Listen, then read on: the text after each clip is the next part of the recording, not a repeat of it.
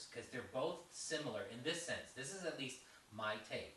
But it seems like the women are the driving force in the film, which is kind of ass backwards than what you'd expect as far as couple swapping and stuff like that. Does that sound right to you? Yeah. I mean, now I'm thinking about it. I mean, it's interesting. It's interesting that he puts it that way, and certainly, I think Elena, obviously, yes. Although I would say that, you know, my guy is equally. I just think you hear Elena speaks more. Yeah. She's a little bit more verbose, so you might feel that way. Although I think he's equally as, you know, strong about these feelings about open relationships. And it's interesting that I didn't really think of that with Luke and Sylvia, but.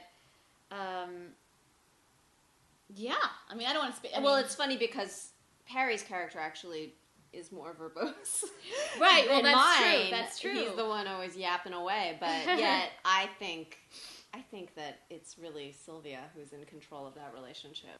First. Well, when I first read it, I tried to read it really neutrally, as an audience member would, and I loved it. And then when I thought about, okay, well, how am I going to play this? That's what, it was embarrassing and difficult to come to. Well, like the first thing I had to do was have a conversation with Rich and figure out how he was going to shoot all these sex scenes, because there was just so much of it, and there was just so much I was willing to do and that I was comfortable doing. So once I cleared up with him and I realized we were on the same page, then, you know, I realized it was just going to be a lot of fun. And knowing that I was going to be working with Parry and then getting Sheetal on board, you know, then suddenly it was just comfort. like, yeah, it was like, it's good. You want to surround yourself in these environments with people, absolutely, you know, that you're comfortable in, for sure, that you know will have your back and you know have the same goal in mind. It's right. Part of it. When I was done reading it, you know, I had so many questions for HP, who was the writer, and even after he was like, you know, giving me answers, very long answers, I still was very confused. I still am confused, you know, like if somebody was to ask me what's the message of this movie, I don't know. Yeah. I don't know what it is, and Agreed. I think that's very true to life, you know. Mm-hmm. There's a lot of unanswered questions, especially when we're talking about love.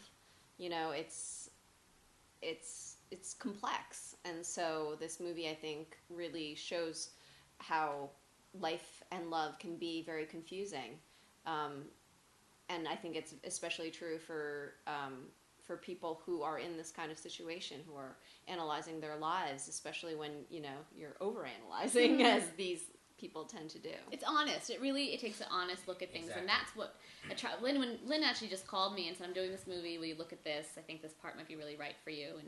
And I read it, and I had the same reaction to her. I laughed a lot. I was taken by it. I was intrigued. I had a lot of questions.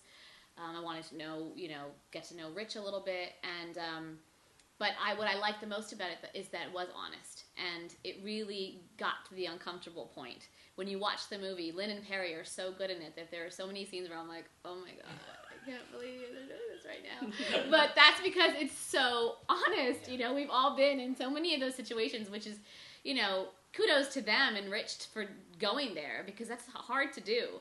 And if you feel like that in the audience, you know that they're touching on something that's really truthful, and that is what I really loved about that script.